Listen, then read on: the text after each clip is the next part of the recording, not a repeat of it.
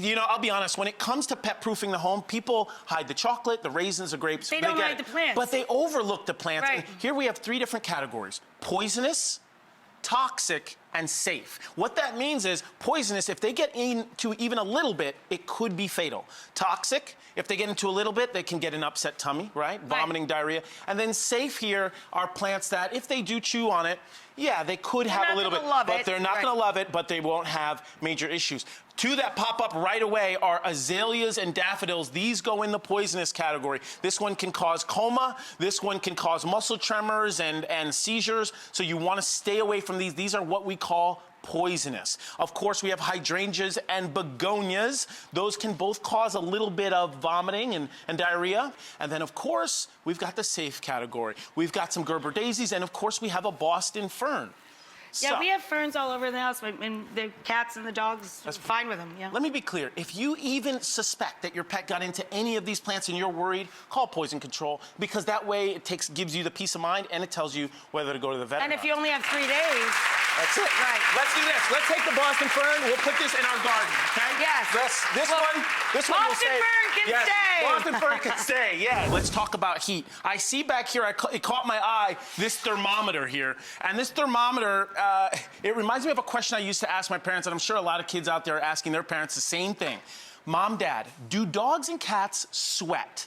And the answer is... They don't, right? Well, they do, but not in the places that count, not in the places that help them cool themselves. So they're basically in a fur coat during the summertime, and that's what makes them so prone to heat stroke. Exhaustion, heat stroke. Absolutely. So there's 2 types. There's classical heat stroke. You get caught in a hot car or you're in the sun. And then there's exertional heat stroke. If you're thinking, what's a good way to figure out, is this bad weather, is this dangerous weather to exercise my dog? Here's a quick and sort of dirty formula. If you take the temperature plus the percentage humidity, and if the sum of those is greater than 150, it's too hot. It's too hot. So if it's 75 degrees out and 85 80% humidity, yep, you're over. Absolutely, you're over. So 70 and 70 would be safe. Gotcha. So that's a quick and dirty way. But that's easy. It's super easy. Now, I do see 2 things back here which are awesome, and these are ways to help reduce the heat.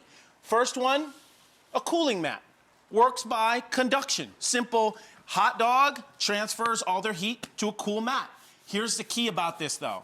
You gotta keep it in a cool spot, like the refrigerator, and then bring it out when you're out barbecue. Yeah. The key is make sure it stays cool, because if this heats up, then it can actually act as an insulator and actually keep your pet hot. So keep it'll it act cool. like something in your microwave oven rather than something that's cooling your dog I love the way down. you said that. Here's a couple other things that caught my eye. This is a cool little pet hack I like to call instant pet AC, air conditioner. Take 2 bottles of water. This is brilliant. Frozen 1-liter bottles. Just place them right on top of the crate, your carrier. Buy a fan.